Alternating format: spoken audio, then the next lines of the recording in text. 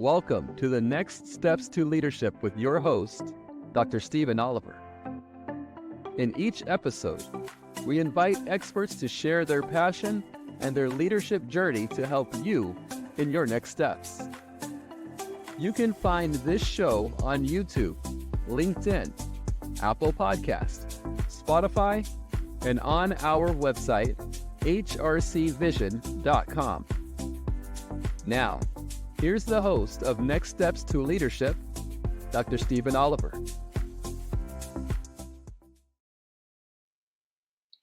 Well, hello and welcome to my podcast, Next Steps to Leadership. I'm Stephen Oliver, or Dr. Stephen Oliver, also known as Dr. O.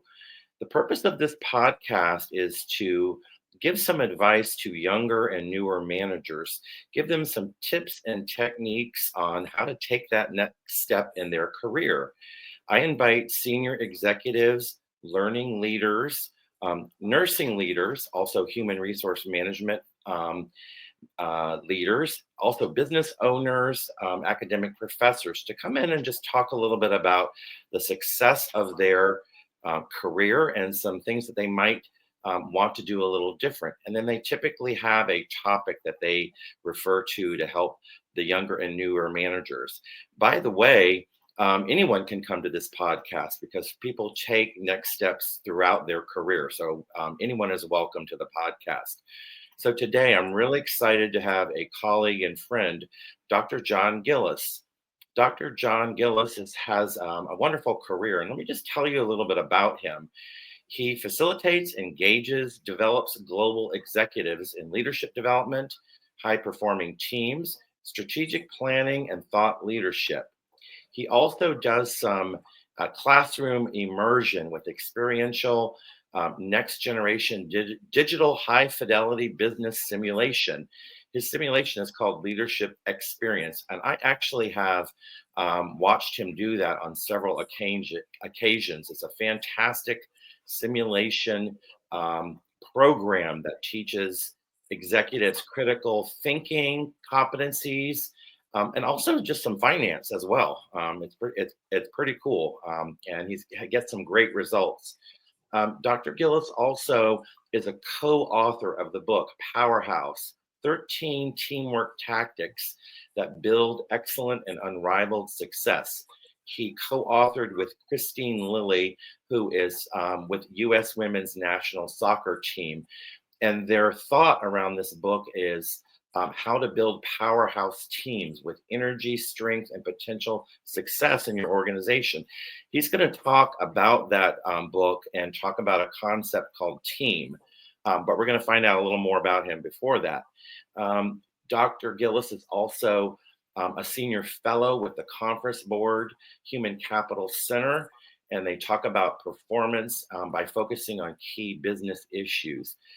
Prior to what he's doing now, he was previously with several organizations, program manager for Office for Global Enterprise with an ERP of over 200 million plus, global talent management lead for the largest global outsourcing contractor, 1.1 billion, training lead for delivery and learning management system, a large state contract. Dr. Gillis also holds a doctoral degree, and this doctoral degree is called the Chief Learning Officer, Work-Based Learning. This is from the University of Pennsylvania. It's a combination of the Graduate School of Education and the Wharton School of Business. I myself was in the same program with Dr. Gillis at that time, and that's where we created our connection and our friendship and have stayed friends since then. Dr. Gillis's dissertation was on global leadership development, about giving back to community. And in his spare time, Dr. Gillis does a lot of things with youth.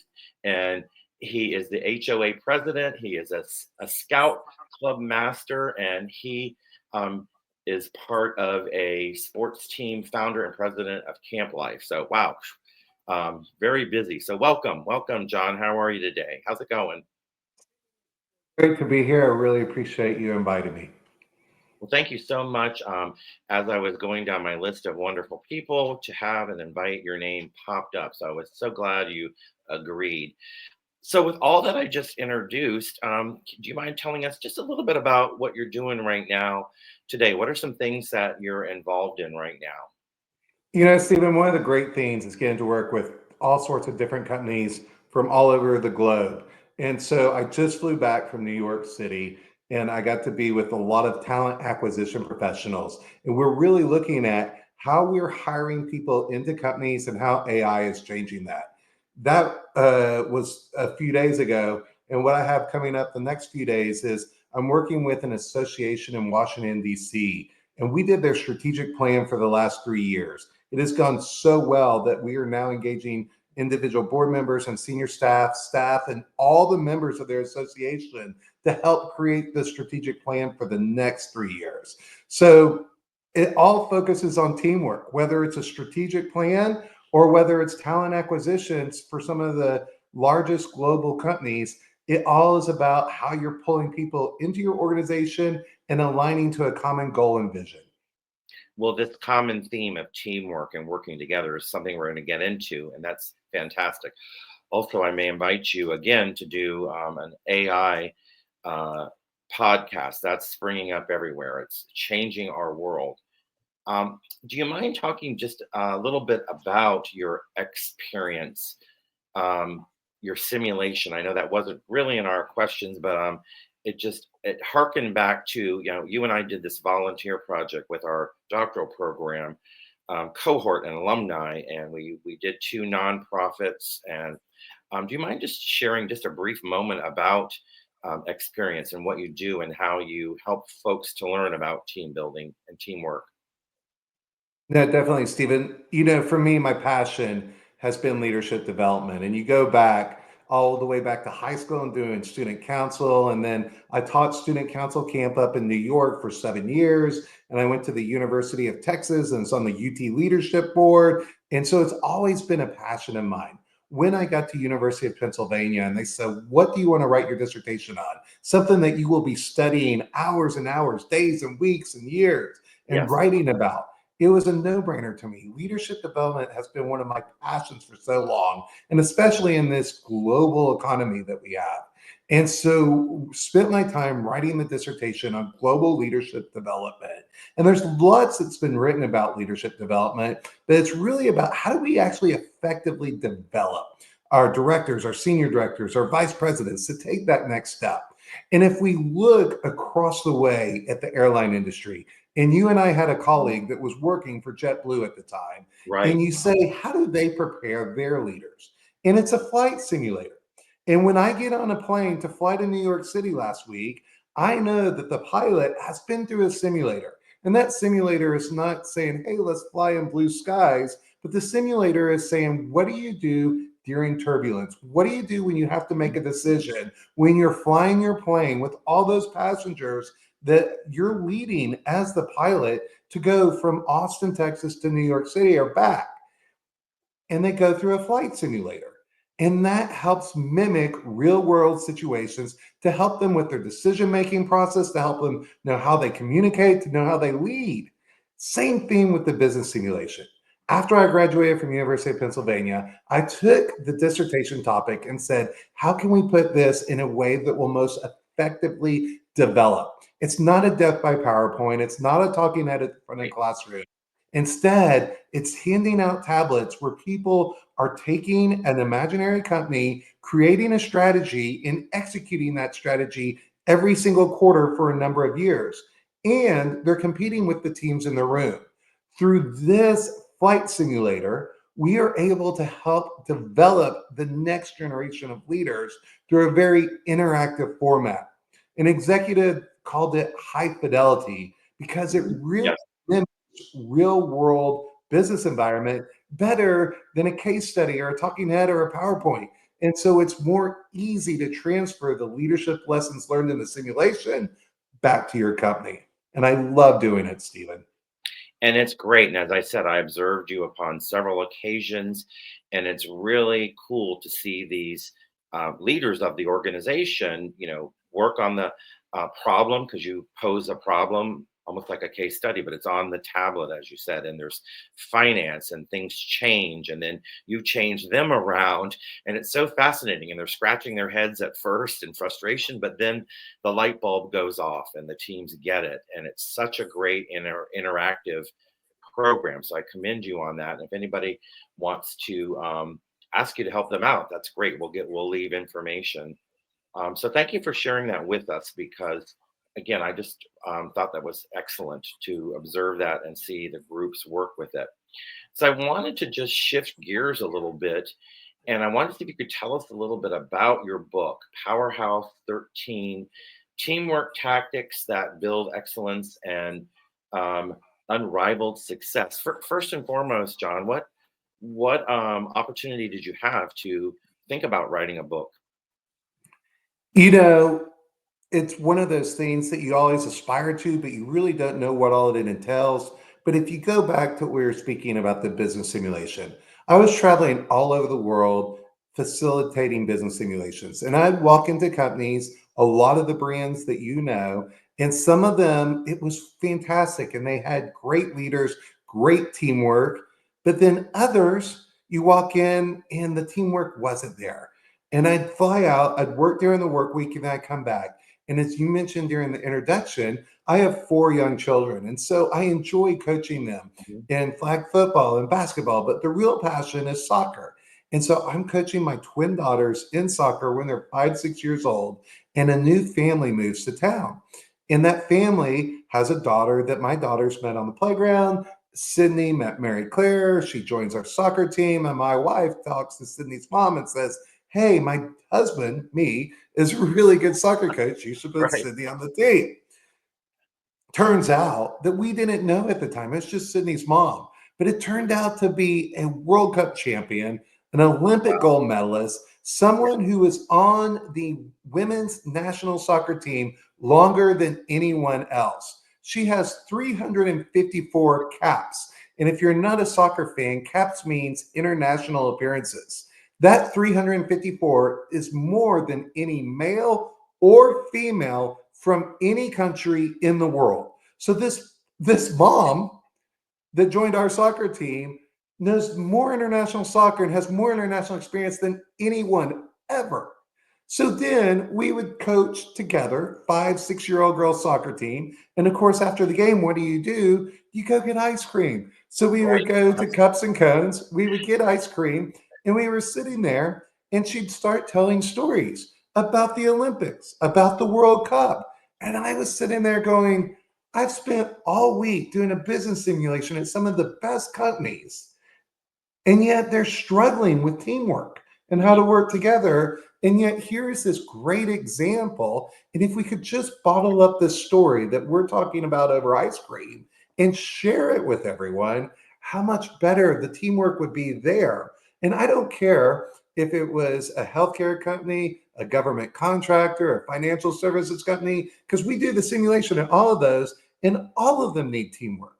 So that was the impetus of the book, Mhm. saying, hey, if we can bottle up these great soccer stories and use them as a metaphor for people to understand teamwork, and we can put that bottle and provide it to all these companies that desperately need better teamwork. Well, that's fantastic. And it's so great how your children connected you to writing about something you're so passionate about. By the way, I met you and your daughter this year as you were taking her through the East Coast in colleges. Lovely young lady. So you're not only a good coach, John, you're a good dad. Um, so that was great. And she's just lovely herself. So let's talk a little about this concept team, and we can impart, hopefully, you can impart some tips and techniques for our audience. So, your acronym is TEAM. So, if you don't mind, let's walk through each of the acronyms. Let's start with T. What does T stand for? T is for transform. And really, I think the main issue here, Dr. O, is that so many people use the word team. I get emails right now and they're like, hey, we're a team. And I'm like, it's interesting that you say we're a team because your emails are biting and very stinging to each person on there, but you call us a team. And yet it feels like there's so much conflict. And if you look at teamwork, really the book that most people talk about is Patrick Lencioni's book. There was the 5 dysfunctions of a Yes. team. And that was over 20 years ago. Everyone talked about the book, but yet we still have all these issues with teamwork. So why can't we learn? Patrick in his book said that it is teamwork that remains the ultimate Hmm. competitive advantage, Hmm. both because it is so powerful and rare. And so when we talk about transform, we've got to know that it's powerful to have a team, but it's rare because we're not very good at doing it effectively. When I was doing the book and I was asking people for stories about teamwork, most people would help tell me a negative story. There's not a lot of positive stories that come Yeah. out there. And what we called it was Tino, TINO, team in name only. We use the Right. word team, but we're really not creating a team. So when it comes down to transform, we have a bunch of individuals that are joining an organization, a department, some sort of quote unquote team. But how are we actually transforming the individuals into something that is team? And when we wrote the book, we wrote it thinking we would call it gold medal teamwork. That was the name we had in the book. But the publisher then said, hey, we're going to call this book Powerhouse. And we Yes. kind of took a step back because in your mind, you're going one direction and then the publisher, Right. but they're the experts. So they say, okay, well, why do you want to call it Powerhouse?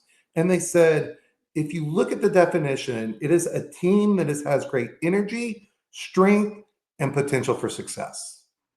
Dr. O, you look at any team that you're on, don't you want that? Hmm. A group of individuals that have been transformed into a group, a team that has energy, strength, and potential for success. I think that's what we all want. And so that's why we went with the name Powerhouse. Well, that's fantastic. And, it's something so simplistic to work together. But I'm sure that in your interviews, you found that people get caught up in their own silos and in their own work and get away from that team. How might you recommend to our podcast listeners um, how to empower and as you're transforming, how to empower your team? Well, transforms really about how we select the team members, how we align them to a common goal, and really, it's when you hire someone new or when you're hired in and you want to get everyone on the same goal and making sure that we all have the common goals. And so those are some blocking and tackling, some basics, but yet surprisingly, a lot of organizations don't do it well. That's why we're working with organizations to help set their strategy to align the board, the senior staff, and the staff all to a common vision and common goal. And so that's all about the transform. But once you transform, we go with the acronym. And the E, what you asked about is empower. And that really becomes the leadership. And we talked about leadership development and my passion for leaders. But once we transform and bring all these individuals together into a team, not a Tino, not a team in name only, but an actual Right. team, we need a leader. And leadership is so critical.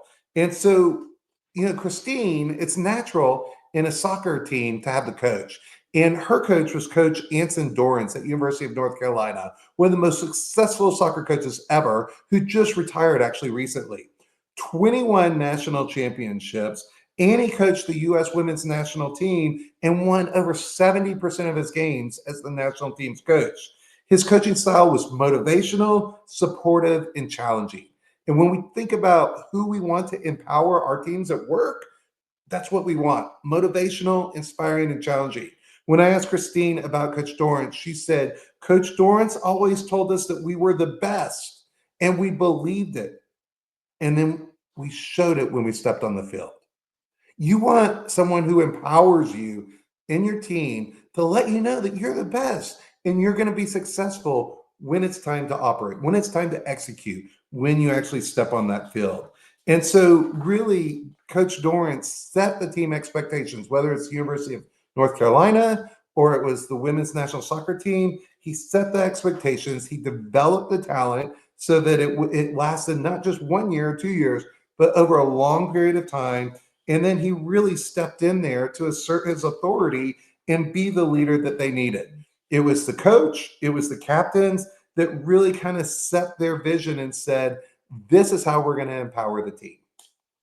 So that's fantastic. Great thoughts. You're giving us some good acronyms. John, did you notice in your research anything that can get in the way of empowering players or people on a team? What might be some things that get in the way, be it the coach or maybe just the team players? Yeah, no, great feedback there, Stephen. Because there are roadblocks to teamwork. And Mhm. I think anyone listening to this podcast would be like, oh, wow, that team looks great. But my experience, and probably every person listening to this podcast right now, if we said, what's the main barrier to teamwork? What you Mhm. just asked me, Stephen, and I bet each person would have a story there because Yes. they've experienced team in name only, Tino. What we found is one, being culturally aware. And you look at, everyone's coming from different backgrounds, different work experiences, different cultural backgrounds, different personalities, and you've got to be aware of where that other individual is coming from. And so there's self-awareness of about, so I know my self-awareness and who I am and my background Mhm. and my work experience, and I know how it's different than you, Dr. O, because you and I have known each other for so long. But that third person that comes on, I've got to learn about them and have team awareness to know how we all interact. The second thing I'd want to highlight, if there's two on the main barriers, one is that team awareness and knowing how the parts fit in. But the second thing is really, if you look at corporate America, our incentive structure is all about individual attainment. And part of that is America, and part of that is corporate America. But we are recognizing Dr. O for hitting your individual goals this year, and we're giving you a bonus. We're giving you an incentive. Very, very few companies are doing team incentives. Mhm. Very few companies are saying, Dr. O, you and your direct reports and your boss and your peers collectively hit this performance management goal. Mhm. And we just don't see that. And I don't know if it's too hard, too complex, but we're recognizing people individually, and we're not recognizing people globally. So even something simple, what we call succession planning and career development in organizations, saying how do you have a career path at your organization? If that requires leaving your department to go to another department, you see a lot of fiefdoms. You see a lot of people protecting their turf where they're like, ooh, John's an A player. I don't want to give John up to that other department, even if it's good for his career, because I've got to protect my personal performance goals so I can hit my bonus this year. And so that's the two things I would Mhm. say are the big challenges to teamwork. One is team awareness and being aware of the cultural differences and the backgrounds of each individual team member. And the second thing is we are not incentivizing teams well. You look at Christine, it didn't matter if you are a starter or on the bench. It didn't matter if you're offense or defense. They had one goal, and that was to win the gold medal. That was to be the World Cup champion. There is one goal, and everyone is dead focused on that. It wasn't individual incentives. It was one team goal, and that's what we need to see more at our organizations. Well said. I really appreciate that. So we've talked a little bit about transformation and empowerment. Let's go to the third acronym, achieve. And so, what are your thoughts on that? Achieve for the team. You know, so many times we throw individuals together and we're like, "You're a team." But we don't practice. We don't say, this is how we need to operate. Here's our standard operating procedure. You look at Christine and they have practices. They watch film. They get ready for their opponent. And there's all that preparation. But yet we don't do that at organizations. We just throw people together and say, execute now. And if you look at it, we really need to step back and help people develop. And if you look at it, we wrote a book on teamwork. Patrick Lencioni wrote a book on teamwork, but there's not a lot of investment in helping individuals work together as a team at companies. When's the last time your company invested in, hey, we're going to help you work together? And some of the teamwork that companies do, they'll do ropes courses and trust falls and things. That's great. But does that really transfer over to corporate America and to your job? Maybe a little, but it's a stretch. And so we need to do better actually helping teams achieve teamwork because we're not giving them the tools to do it. Mia Hamm was one of the most famous soccer players ever, and Christine's really good friend on the team. And she said, Many people say that I am the best women's soccer player in the world. I don't think so. So Mia Hamm, who we all Yeah. think is one of the best women's soccer, she says many people think that I'm the best women's player in the world, and I don't think so. And because of that, someday I just might be. And I Mhm. love that because it's Yeah. not resting on, hey, I think we have good teamwork or we do have good teamwork. It's like, no, I want to help us constantly achieve to become better. And when we get to that, it's really like, how do we communicate within the team? How do we effective listeners? How do we understand the different social networks within the team? How do we collaborate? And one of the things that's most effective is how do we disagree? Because Mhm. there will be disagreements. It is silly to say, oh, we have good teamwork because we don't disagree. No, that's called groupthink. That's when Dr. O says, this is what our team's about. And everyone just says, yes, Dr. O. And it's Yeah. all groupthink, even if Dr. O is leading us off a cliff, which you never would. But that's groupthink, right? And so we have to know how we disagree, but do it in an effective manner because you will Right. have disagreements. And so when we look at Achieve, is really giving the training and pillars to know how to operate as a team. And one of my favorite stories here is Christine's husband, Dave Heavey, is a firefighter in Boston. And he talks about how they work together as a team. Yes. And they have a 3-step process where they will train how to do it. Then they'll go do it in a practice round. And then they will debrief how it went and how they could get better. And if you look at those 3 things, train, practice, debrief. And when's the last time in corporate America that we trained on something, trained how to be a better team, then we executed through a case study or simulation, and then we debriefed what went well and what do we need to do different. And the Army does this with what they call the after action review, where Right. they debrief and say what went well and what we can do better next time. But we just don't see that where we are training, practicing, and debriefing. And I think if we did those 3 things, we would execute like the women's soccer team or the Boston Fire Department. We would be Mhm. much better at achieving teamwork. Great stuff. I wanted to see if you could just speak a little bit to communication skills because that weaves into the disagreement. I'm giving a class tomorrow on communication skills. I did it last week with 2 different clients, and it's so powerful. So I'm just curious your thoughts on communication skills in that disagreement that you just mentioned. Yeah, it's great, Stephen. And everyone's like, oh, communication. I know how to do that. But yeah, I look at most organizations like the Tower of Babel.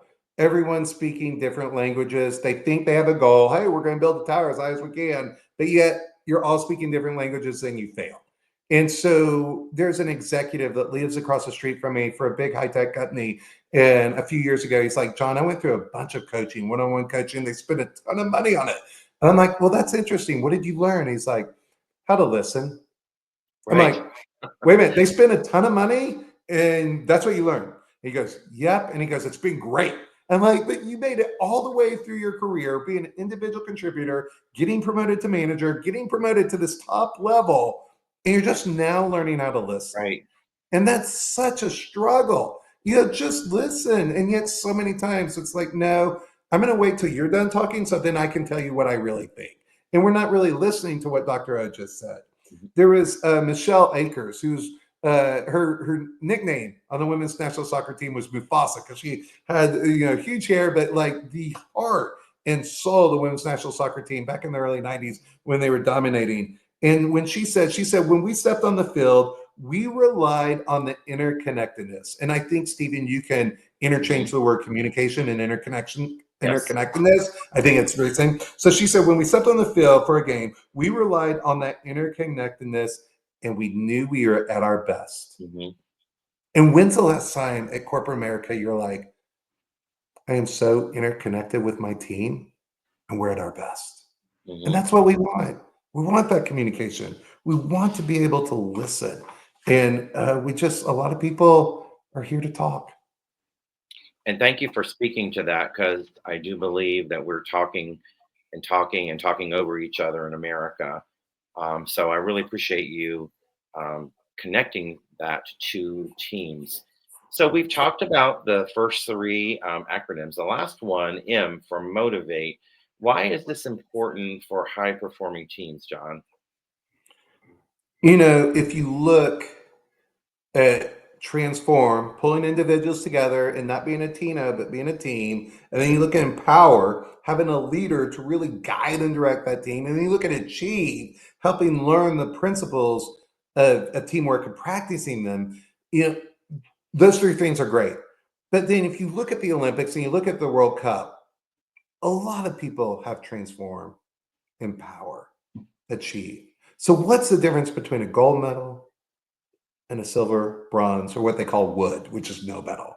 And it's that little difference, that motivation that really puts them over the top. And you know, it's really comes down to several things. One, it's about team chemistry. And there's a popular phrase, all for one and one for all. And that's really the camaraderie. You know, it was really the three musketeers that shared that, but it's the team chemistry, that camaraderie. And to really have team chemistry, we got to be clear on our roles. We have to build trust among our teams, and we have to be responsible and accountable. And you know, you and I were talking about strategic plans earlier. That's really what it boils down to, is saying, hey, Dr. O has this task and he's going to be responsible. And John, you need to trust Dr. O that he's going to do that. And then John, you're responsible for this task and Dr. O has to trust him for that. So those are the key things on the chemistry. And then the second thing is really about the ethos of the team. And so Mhm. really when you get into the culture and stuff, and Coach Dorrance, who we mentioned earlier, talked about we play for each other. It is the guiding character of an organization, its reputation. It's when you really talk about the relationships. When Christine was inducted into a Women's Hall of Fame, she said, relationships outlast the game of soccer. Remember, she played more soccer than anybody in the world, but yet she goes back to the relationships, the ethos. So we have the team chemistry, but it's the ethos. And Christine went on to say, when I remember the most about playing, it isn't the wins and losses, although they still feel good or they sting a bit. It is the people. It is the people that made my career so special. So you really look at the chemistry and you look at the ethos. And Christine did a lot as far as building friendships on the team and making sure that those friendships lasted. It's being that self-aware, team-aware that we talked about earlier. Um, you know, and one of Christine's teammates was Megan Rapinoe, who just retired Mhm. recently. Yes. And I think she really summed up the team awareness on the team ethos most critically. And Rapinoe said, you have to be selfless, but you cannot lose yourself in that. You need to know what you personally contribute as an individual. So when you join the team, you might say, hey, I'm really good at skill A, skill B, skill C. But the team says, hey, we need you to do skill C. We already have someone that's good at A and good at B. And you have to be selfless and know what the team needs and put your other strengths aside and play to what the team needs. And in soccer, it's easy to say, hey, you were a forward and you're really fast, but we need you to defense. At your organization, it might be harder to see because there's not that, but they might say, you're really good at this, but we already have Dr. O that does that. John, we need you to play over here on the team. So ethos, chemistry, and the last one is seizing a winning mentality. And this is where it's fascinating. If you look at sports psychologists, it has grown so much from 1996, the first time the women's national team had a sports psychologist or a mental health coach or different titles that you might call it at the 96 Olympics, and what it's come to today.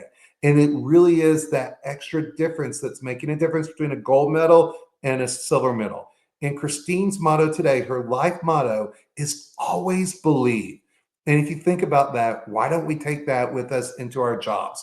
Always believe, to have that winning mentality, to really seek excellence, to be satisfied with your team. And when you have those rough moments, like you were talking about, communication breakdowns, to work through that, to be resilient. The sports psychologist or the mental coach that the sports team uses is Dr. Colleen Hacker, and she Mhm. works up in the Northwest. And what she said that I thought really summed this up is the objective in any team sport is to transform the group from a mere collection of talented individuals into a highly cohesive unit so that the whole is greater than the sum of the parts. Isn't that That's amazing? just fantastic. And I'm glad that you brought up Megan Rapinoe, because not only did you talk about her being a great team player and bringing people together, if I'm correct, she also was a huge advocate for women's equity and pay, and led the charge for getting women in soccer to get paid similar to men. So to me, that's another huge support of women and soccer and teams. You know, Stephen, that is a great segue. We had transform, empower, achieve, and motivate, Mhm. TEAM. And there's 3 chapters in each, so that's 12 chapters of the book. But Okay. as you said, the title of the book is 13. And we Right. chose 13 because that's Christine's number. But the 13th chapter was the most important to Christine. And the reason I'm segueing here is because it's what you just said. Yes. It is what you just said about Rapino, and I'll let you ask your question, but that was the Yep. most important thing for Christine when we wrote the book. And so I'm going to let you ask your question, but the other 4 things, TEAM will fall. They'll falter if you don't have this 13th. Go ahead. Well, my question was just as you led into, you have 12 chapters, as you mentioned, about teams, TEAM, and then this 13th chapter. So do you mind just saying a little more about what's in that chapter and what you're writing about? I mean, you just alluded to it. So, So the 13th chapter, and now that we teased it, is doing what is right. Doing what is right. If you're on a team and they're not doing right, it doesn't matter if you transform, empower, achieve, and motivate. This is the foundation for the other 4. And when we really look at it, it's overcoming adversity. You know, I talked about why we wrote this book, how I heard the stories at the ice cream store and wanted to bottle up and give it. One of the other reasons is I need Christine. If you look at her career, she was on the national team from 16 years old, a junior in high school, to 39 years old, when she was having her second daughter. 23 years. Her first 7 years, so first third of her career, all she was paid was $10 per diem. You are one of the best women's soccer players in the world, and you get $10 per diem. And you're wearing old uniforms from the men's team, right. and they're not paying for travel and all sorts of crazy stories. And so she has had to overcome adversity. When you look at the women's soccer was first in the Olympics in 1996. And they had to stand up, the women's team, first time in the Olympics ever. The World Cup for women started in 91, so a few years earlier. And the team had to stand up and say, this isn't right, our contract. And they had to say, we don't like our Olympic contract. And they said, we're going to boycott the Olympics. Now, remember, most of them everyone has a dream to be in the Olympics. And they said, no, we are willing to risk that because our contract does not have equity with the men. And so the women's national soccer team set out and risked their dreams for doing what is right.